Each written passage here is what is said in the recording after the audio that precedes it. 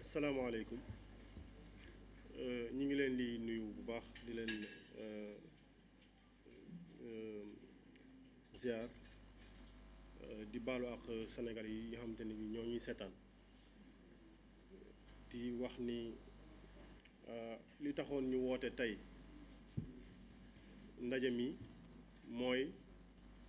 seetlu ngeen ni Assemblée nationale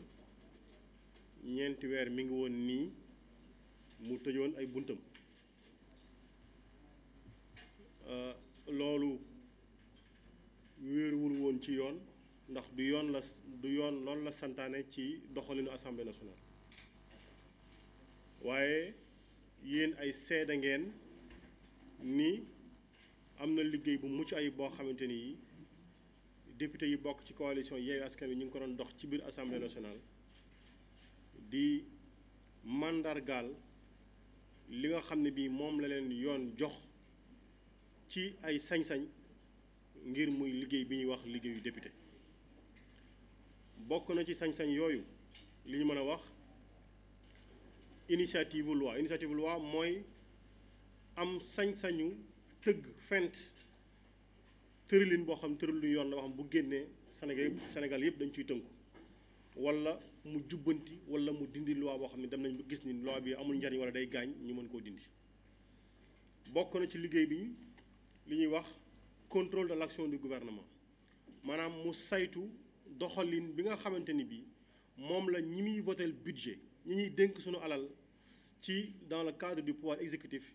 maanaam waa nguur gi seen liggéey ñu mën koo saytu xool ndax lañ leen santoon keroog ba ñu ñëwee Assemblée nationale ak koom bi nga xam ni moom la Sénégalais yi dindee woon ci seen poos jox leen ko ñoom ndax dugal nañ ko fañ ko waroon a dugal ndax kàddu yi ñu tënkoon ni fii lañ ko war a jaare ndax jaaral nañ ko foofu loolu mën nañoo tënk ni mooy liggéeyu Assemblée nationale ngeen seetlu ni ñeenti weer yi loolu jafe woon na lool ba ñun bindoon nañu sax ñi nga xam ne bii ñoom la yoon dénk wàllu yoon di leen xamal ne leen Assemblée nationale kat bopp ba dafa dafa yëmbax nañ ko dindi teg fa beneen bopp boo xamante ni bii war naa mën a tax ñu li ñu bëgg ci Assemblée nationale mu doxe ko tey nag bu fekkee dem nañu ba ñu woote waa Assemblée nationale ñun dañuy wax ni dañuy gërëmaat bu baax député coalition Yewwi Askan Wi ndax taxawaay bi ñu ci am waaye ni ki doyen Lamine Diallo ak ñoom taxawaay boobu lañ ci amoon tey ba tax ñu mën a convoqué bis bi mu nekkoon réunion bi ñu ñëwee tamit bokk na ci laaj bi ñu njëkk a laaj bi ñu jëlee kàddu ci ñun ne laaj président Assemblée nationale lan moo tax article 17 du règlement intérieur de l'Assemblée nationale ci tëggin bu mujj wa maanaam alinéa in fine ba ca mujj dafa wax ni l'Assemblée nationale se réunit au moins le bureau de l'Assemblée nationale se réunit au moins une fois le mois ñu laaj ko ne ko lan moo tax yow le bureau se réunit au moins une fois par mois ñu laaj ko lan moo tax tëralin bii nga màbb ko tontu bi mu joxe dama leen koy liiral ni mu ko waxee noonu lañu ko bindee mu ne li tax defu ko c'est une question d'indisponibilité de sa part point lii la ñu tontu c'est une question d'indisponibilité de ma part point ma baamuwaat ko ma ne ko donc c'est une question d'indisponibilité de votre part point aba sonawa lii la ñu tontu maanaam awma jot gi moo tax foofu laa ci yem tontu bi loolu la lu day ne Assemblée nationale benn nit ci coobaree boppam ndax amul jot gi ndax une question d'indisponibilité de sa part point tëj Assemblée nationale dem tooge ji ne bu fekkee ne nuruwul yabaate xaw ma lu muy nuru xaw ma nu ngeen ko mën a tekkee waaye nag terewul abordé nañu question yi nga xamante ne bi moom la ñuy inscrire ci ordre du jour bi question yi gannaaw les informations bokkoon na ci d'abord la question des informations il faut ñu wax ko xam nga dafa am indemnité de transport bu ñu jox député yi bu tolloon ci 700 000 francs non dañ koy wax parce que boobu ba léegi gis ngeen député yi taxe la ñuy jël banque bu ñu dem banque yi dàq leen amul benn député boo xam ne bi am na les moyens de circulation et il faut qu'on le dise il faut pas avoir peur d'aborder la question parce que dafa bokk ci conditions yi député bi liggéeyee ñu jox ko loo xam day tax mu yombal liggéeyam gannaaw salaire ba gannaaw indemnité de logement ba dafa am le moyen de transport législature yi jaar Sénégal yi yëpp dañ ko yëkkati jox leen ko ñu bëgg ñoo gëmloo ni waruñoo wax ci question bi dañ ciy wax indemnité boobu 700000 la woon décidé nañ ñoom seen coobare bopp je précise bien amul benn député bu Yewwi Askan bu toog ak kenn kilifa naan ko yokk leen lii wala def leen ko lii amul ils l'ont décidé ils nous en ont informé ce matin ñun amuñ ci benn commentaire bu ñu ciy def nañ def lu leen neex mais sur les questions yi nga xamante ni bii moom la nga xamante ni bii moom lañ fa andi bokkoon na ci la question des propositions de loi comme ni ko sunu collègue Aba waxee bi ci njëkk proposition de loi boo xamante ni bii soxna Mimi Touré ancienne député wala député la sax ba léegi ndax kenn notifié wu ko radiation révocation moom moo déposé woon benn proposition de loi pour wax ni réew war nañ cee xaj ci ni ñu koy téye deret ak deret maanaam kuy sédd njabootam ñoom ñu jàpp ni sur cette question là ki ko ce n'est pas conforme à la constitution ndax constitution dafa wax ni réew mi warul am xàjjeeg seen warul am ci xàjjeeg seen ci biir diine ci biir askan ci biir maanaam nangam indi yooyu yëpp ba noppi wëlbatiku ne comme moom nekkatul député mënatul yanu proposition de loi boobu pour di ko indi ci assemblée nationale ci anam yooyu la ñu dàqe boobu am na proposition la wax xam Cheikh Aliou Bey moo ko andi woon anam ci wàllu révision du code électoral lañ ci doon demandé mooy conditions yi nga xam ne ci la ñuy defee inscription yi parce que li ñu seetlu mooy bi fi Macky Sall nekkee ba léegi boo dajalee période yi nga xam ne ubbi na révision exceptionnelle boo ko wàññee ci 12 ans yi matul 6 mois donc mu indi loo xam ne day tax loolu soppeeku pour ñu permettre sénégalais yi ñu mën a inscrire loolu moo taxoon groupe parlementaire bi demoon saisir wàllu yoon référé ba mu génnee décret bi wax ni le 6 avril la mbir mi tàmbali jeex le 6 mai ñu ne ko at mu ci nekk dafa am révision ordinaire boo xam ne 6 mois lay durer dàq nga ko indi révision exceptionnelle de 24 jours li ñu lay ñaan fii la ñu ko waxee woon mooy na nga koy yokk comme sa coobare bopp la ñu ngi la koy bàyyee mais yokk ko mu romb 24 jours dem ba 60 jours pour que ndaw yi ci réew mi yépp te di matal loolu ci diggante août 2022 ba bisu élection bi kenn xamul nu ñu toll ñu may leen ñu mën a inscrire jàmm ak salaam parce que diggante am carte d'identité ak diggante inscrire ji ci liste ci liste électorale yi la fa nekk ci xat-xat bari noonu ba nga xam te ne bi 24 jours yi xajatu ci donc waaye dàq nañ ko ci lan nee nañu code électoral réforme bu ci mës a am ay déggoo la woon booy kon du ñu mën a nangu assemblée nationale di ci jël loo xam ne lii ala kulli haal ca waxtaan yooyu lañ koy mën a bàyyi la muy tekki bu ngeen déggee olof wala ngeen bu ñu mënee firi li muy tekki mooy ca dialogue ba lañ koy waxtaanee ji ko demoon dialogue sa affaire la beneen bi mooy li nga xamante ni bii mooy proposition de loi bi nga xamante ni bii dañ ko def ngir yokk daan yi nga xam ne bii mooy indi ci ngóor jigéen ab lépp lu seexook moom ak képp ko koy jàppale yéen ñëpp xam ngeen histoire bi fi xew ñi ko doon dox muy waa sàmm jikko yi dem nañ kilifa yi joxe bindal ñoom seen bopp xaatim wax ne nañ jàpp ci lii ma xamal leen ni leen bépp député bu nekk Yewwi Askan Wi signé na ko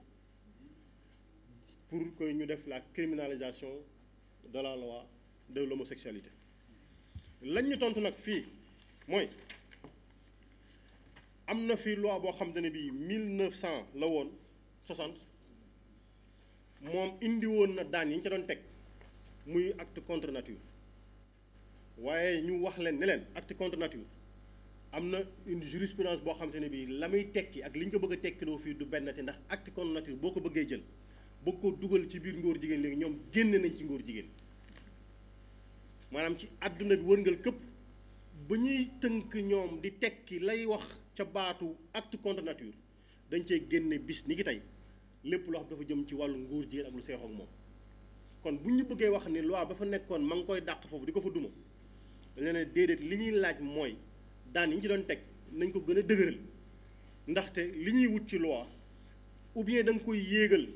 ngir mu gën a raglu ba nit ñi bàyyi yenn yi ou bien nga woyofal ko boo bëggee mandargaal boo bëggee jëmmal benn taxawaay lañ ci xamal mooy gannaaw loola soxlawuñu fii loi boo xam ne bii dafay indi ay daan yu bees di ko ci teg sur la base d'émotion qui nous coûte un remplissage de nos prisons maanaam ci naqaru xol goo xamante ne bii li muy jur mooy prison yi fees ak nit lii may wax nii nit ca ñoom moo ko wax fii bu jotee mën nañoo leeral kan moo yëkkati kàddu yi xam nga ne lam ci teg mooy c'est une réalité insignifiante dans l'espace public c'est une réalité insignifiante dans l'espace public donc lii ci anam bi la ñu dàqe ne loi bi proposition bi du jàll mais dañoo bëgg a indi benn leeral boo xam ne bi dañoo bëgg ñu weccee ci parce que lépp lu ñuy doxal ci réew mi dafay wéeru ci yoon wala mu ñàkk ci wéeru bu ñu demee ci assemblée nationale ñaari charte moo ñu tënk benn bi constitution la beneen bi mooy le règlement intérieur de l'assemblée nationale mais règlement intérieur de l'assemblée nationale ba muy wax li assemblée nationale di liggéey yépp dafa indi fi nga xam ne ni foofu la ñuy waxee li ñuy wax les propositions de loi parce que dafa am loo xam dañu ko war a leeral ñi nga xam ne bi ñoo séq wàllu sanc ay yoon sanc loi ay tëralin bu weesoo gouvernement ak président te ñoom li ñuy indi tudd projet lépp loo xam ne député da koo indi te mu jëm ci fent loi wala ay askan jox ko député yenu ko pour indi ko ci biir assemblée bi kooku ma ngay tudd proposition de loi mais li ñu wax mooy li may lire nii mooy article 60 alinéa 1 du règlement intérieur de l'Assemblée nationale ñoom li ñu dàq yëpp kon dañ ko dàq pas parce que dañoo wax ni c'est la question de la recevabilité moom la ñuy agsi parce que recevabilité yoon da ko wax indi ko fii yamale ko ci ay conditions yoo xam ni moom la ñu leen bëgg a leeralal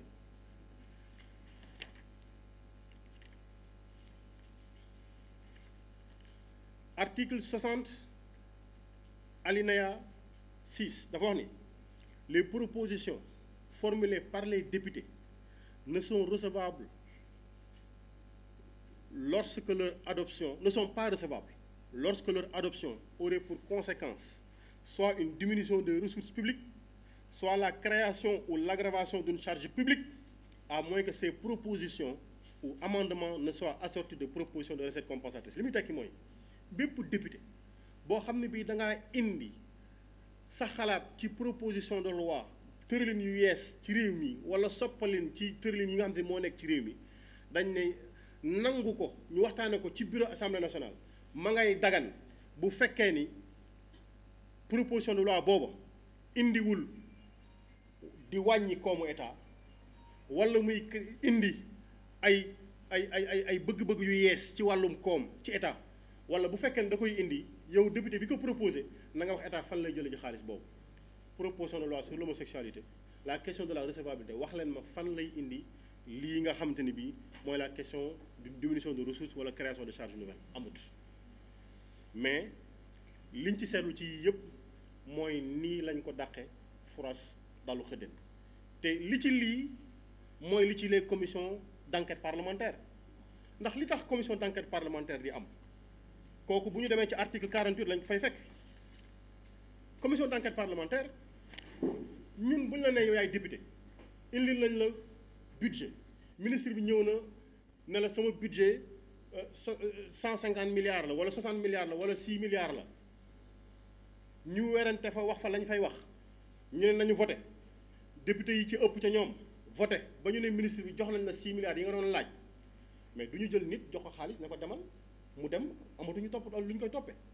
dañoo wax ne le contrôle a posteriori yi ba nga ko joxee ba mu dem ba noppi da nga koy da nga koy dabiwaat ko ne ko kaay étape bu jot dama bëgg nga xam ne suñu xaalis bi ñu nga xam te ni moom la Sénégal yëpp cotisé woon jox la ko yow nag ñu wax fu mu dugg commission d'enquête parlementaire les commissions d'enquête parlementaire yi nga xam ne bii moo fi ñëw yëpp mën nañ koo lim ma bëgg leen laaj ay laaj situation administrative et financière de la poste lu toll ci 130 milliards réer na ci biir poste ci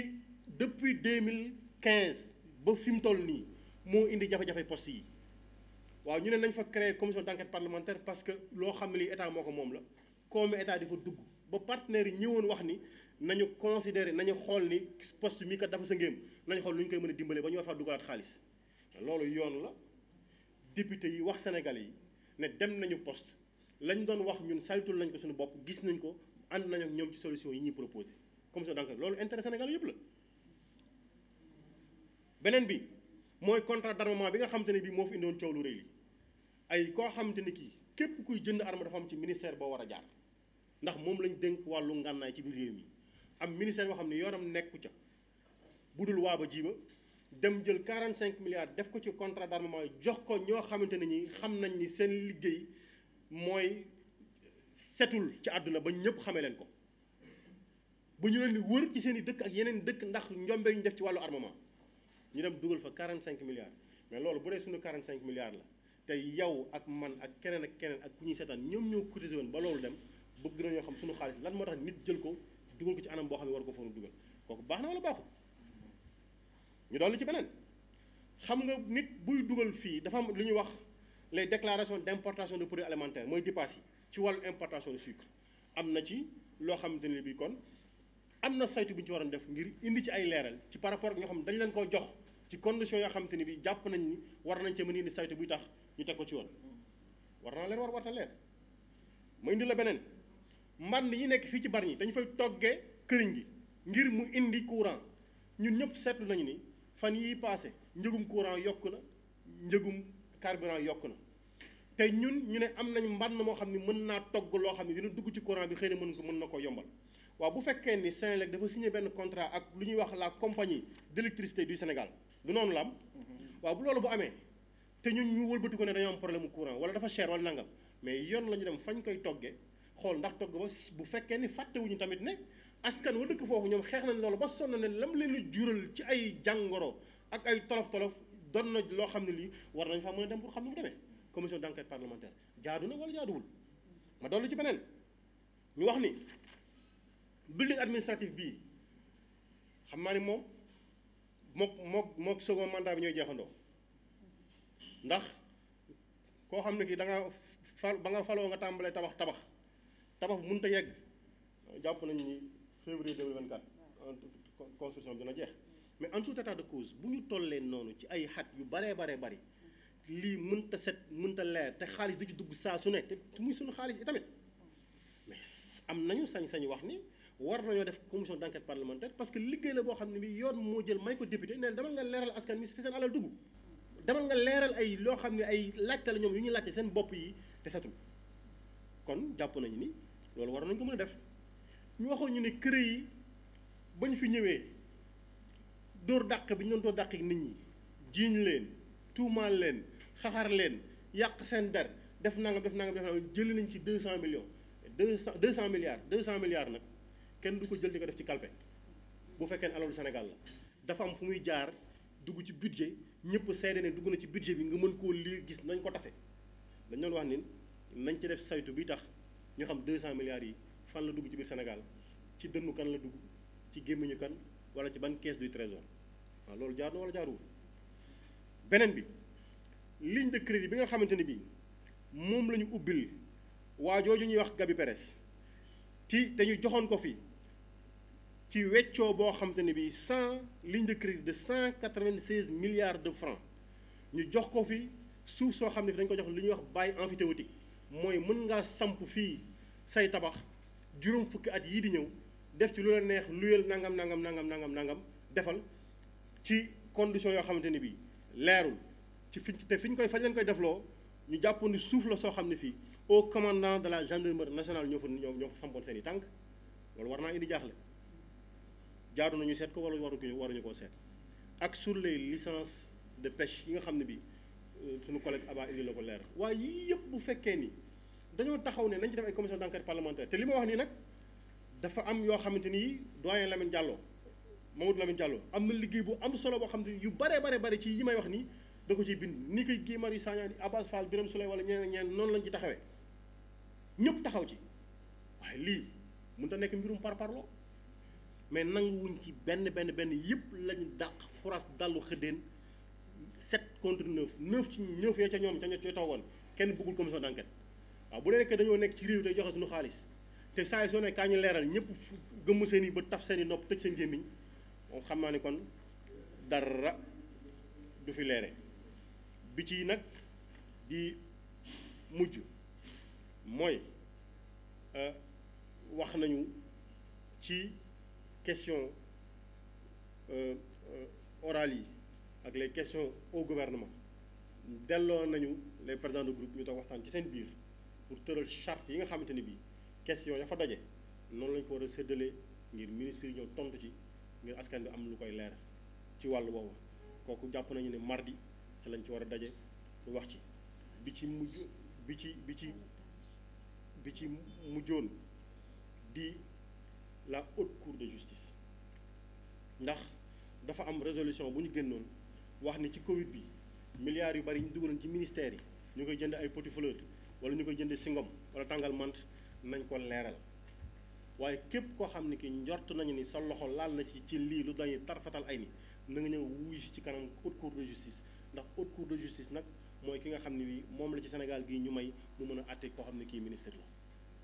bañ ko defee itamit ñu waxoon ni bu ñu sampee assemblée nationale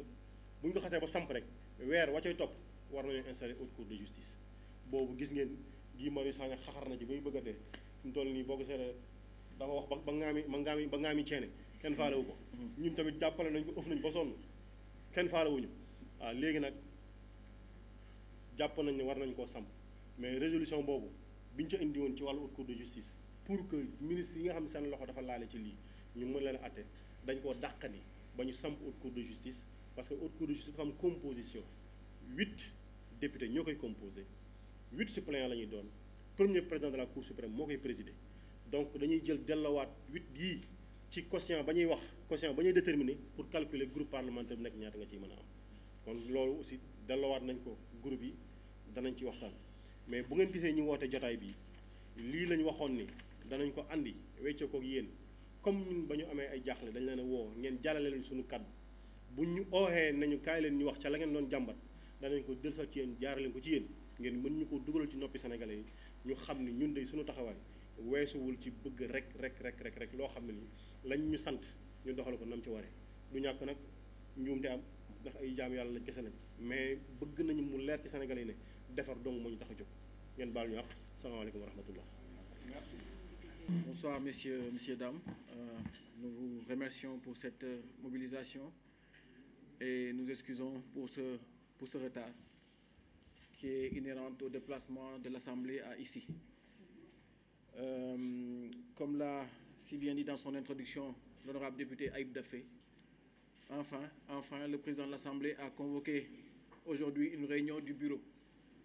après presque 4 mois de léthargie. Nous avons vraiment mis la pression, vous avez vu toutes les initiatives qu'on a dû prendre pour être conforme avec la légalité, qui était que le bureau de l'Assemblée doit se réunir au moins une fois par mois.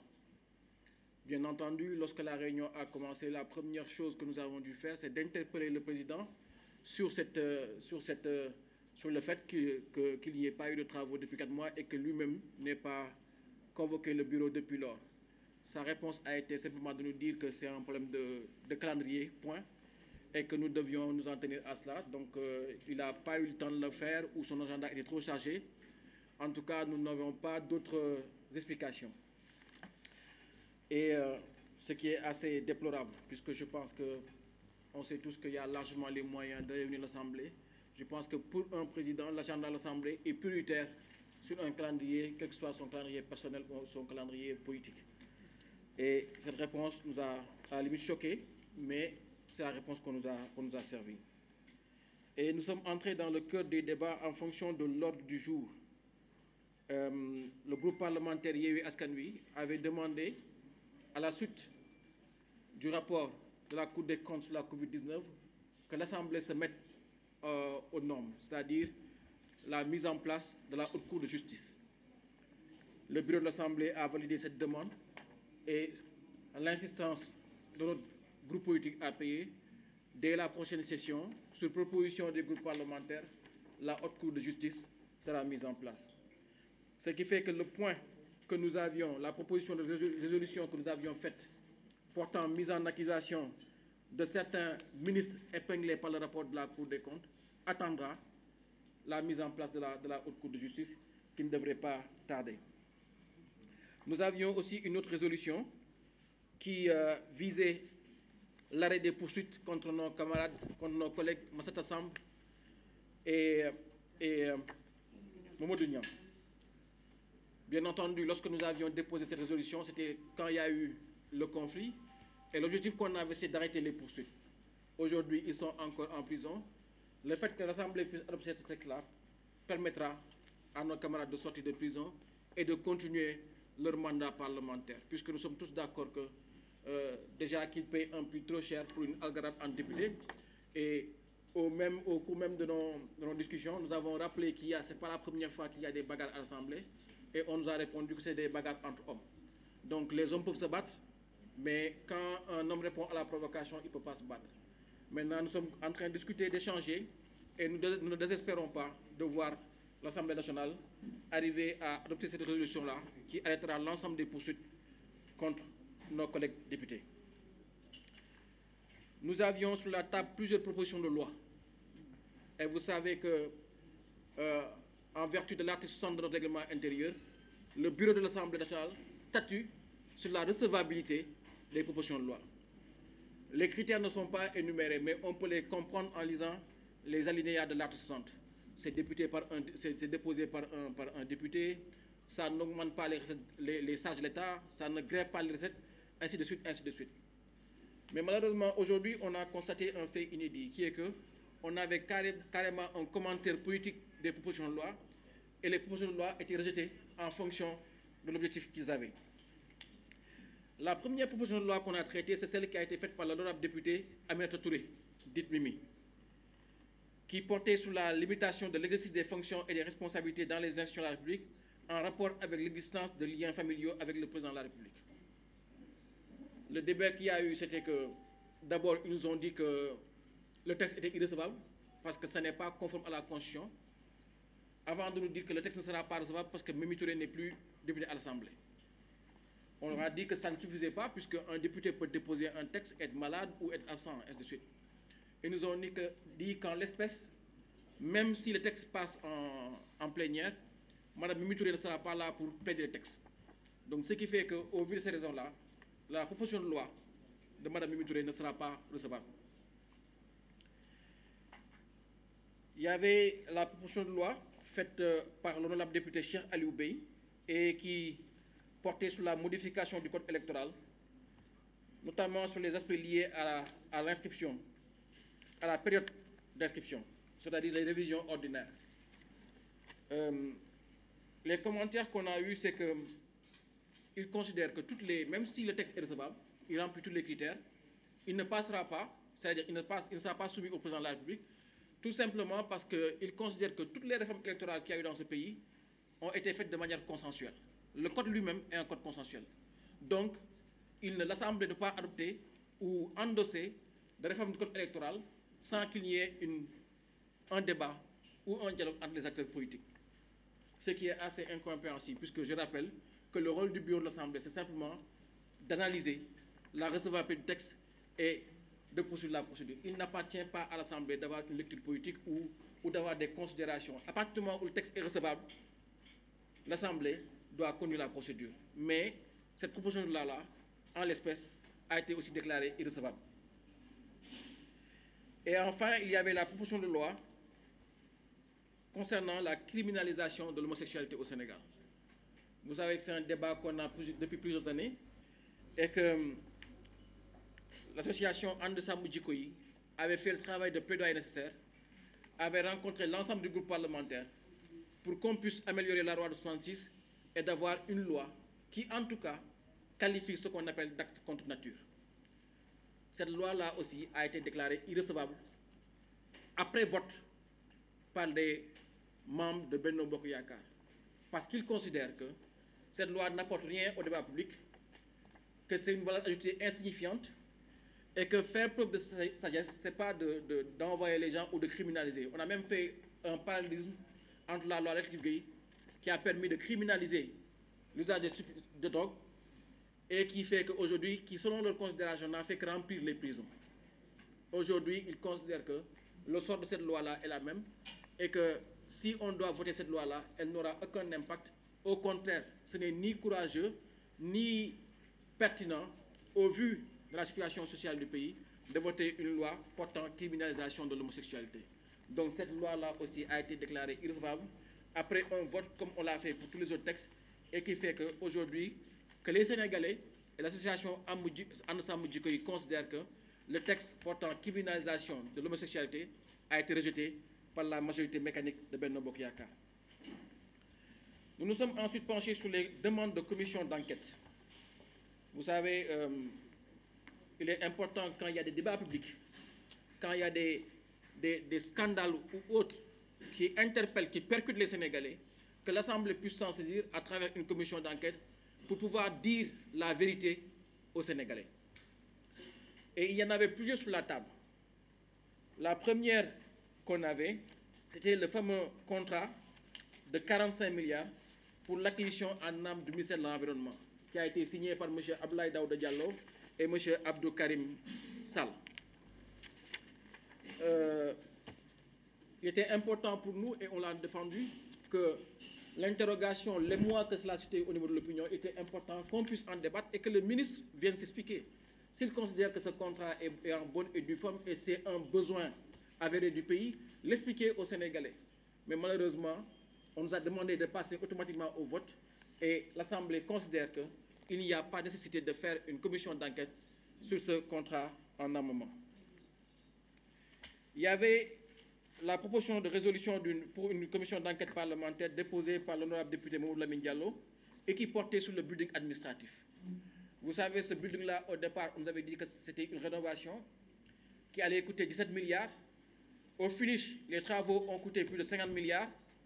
Après les travaux, après réception, après inauguration, un incendie s'est déclaré mystérieusement et a entraîné encore des travaux à n'en plus finir. L'Assemblée, à travers l'honorable député Mamadou Lamine Diallo, considérait qu'il était important de faire une commission d'enquête puisqu'on ne peut pas engager autant de ressources sur un bâtiment qui n'est toujours pas disponible. On ne peut pas engager autant de ressources sur un bâtiment qui a fait l'objet simplement d'une rénovation. Mais on est passé au vote et la majorité de Benno Bokk Yakaar considère qu'il n'y a pas d'enquête, qu'il n'y a pas d'information, qu'il n'y a pas de vérité dans ce dossier concernant le building administratif. Il y avait une demande de commission d'enquête déposée par l'honorable député Cheikh Abdou Mbacké qui portait sur les 200 milliards issus de l'exécution des missions de la CREI. Et selon le listing qu'on avait et qui était le flux des informations qu'on avait reçues, il était important aujourd'hui qu'on puisse savoir est-ce que ces montants ont été recouvrés et où sont allés ces montants. Je pense qu'on peut acheter quelques-uns, les tickets d'entrée de Dubaï pour 37 milliards, la reprise de Africa Enling, les dettes d'Abbas Jaber, les comptes bancaires de Karim Wade, les fameux 8 milliards, les 3 milliards de Taïbou Ndiaye, les 47 milliards de Aïda Ndiongue, tout cet argent, toute cette manne financière qu'on nous a présenté comme une mobilisation de la CREI, on avait envie d'avoir plus d'informations, de savoir où est-ce que cet argent est allé, qui les a mobilisés, où est-ce qu'on les a déposés. Mais par vote, la majorité de Benno Bokk Yakaar considère aussi qu'il n'y a pas de motif de faire une commission d'enquête sur les montants recouvrés par la CREI. On avait demandé, et c'est l'honorable député Guy Marius Sagna qui avait déposé, une commission d'enquête sur la situation financière et administrative de la Poste. Vous savez que depuis des années, la Poste est à l'envers, fortement heurtée par une gouvernance scandaleuse d'un responsable politique qui habite à Thiès. Aujourd'hui, la Poste vivote, on a chaque jour des mouvements sociaux. Il était important pour l'Assemblée de faire une enquête parlementaire sur le fleuron de l'administration sénégalaise qui est la Poste, mais comme on l'a dit, après vote, la majorité de Benno Bokk Yakaar considère que l'Assemblée n'a pas à faire une commission d'enquête sur la Poste.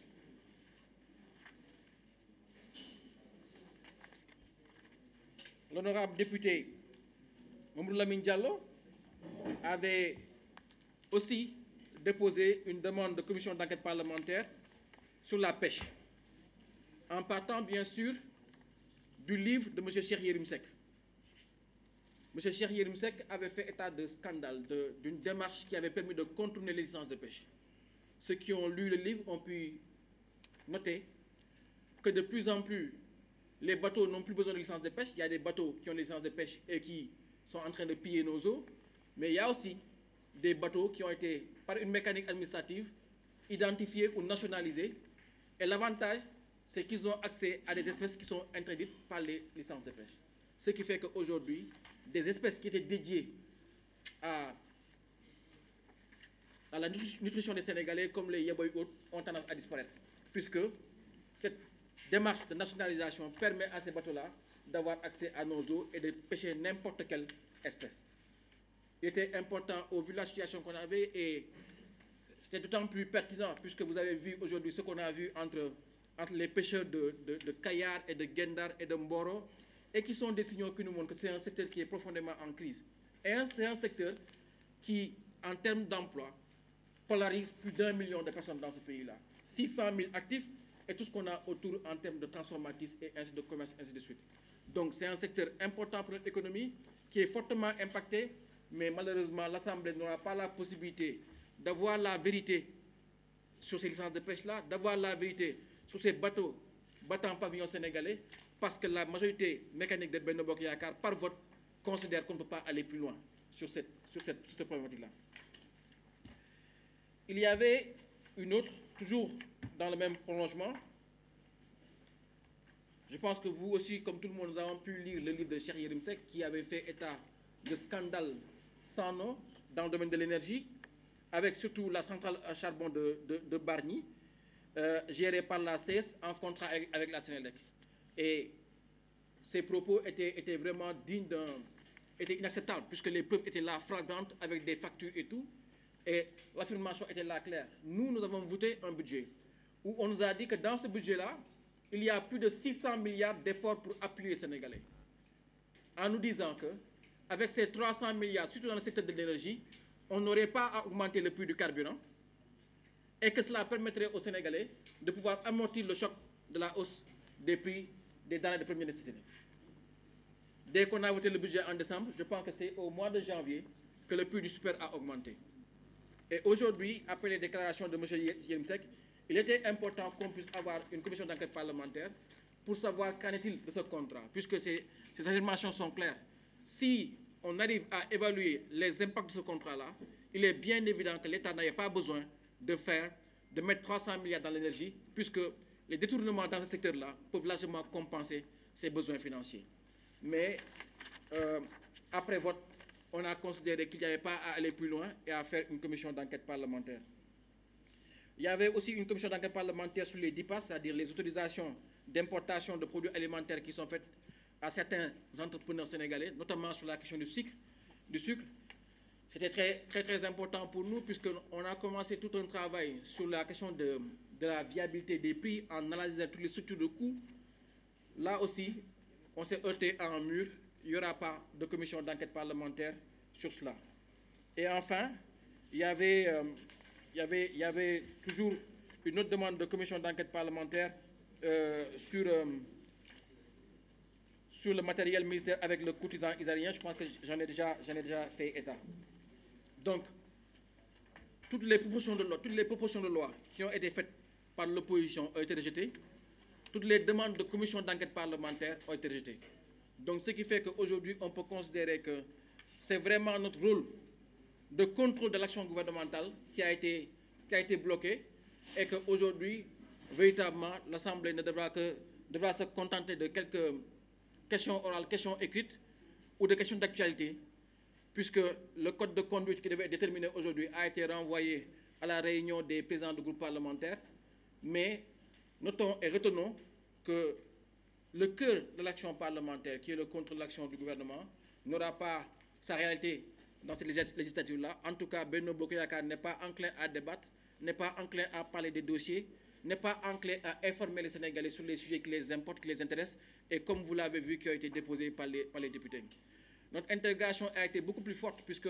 le bureau de l'Assemblée n'a pas vocation à avoir un avis ou un avis politique ou autre sur les textes qui sont déposés. Nous devons juste analyser la recevabilité et transférer le texte au président. Mais aujourd'hui, on considère qu'on est entré dans une nouvelle ère où le parlementarisme de blocage existe et ça a été inventé par Benno Bokk Yakaar.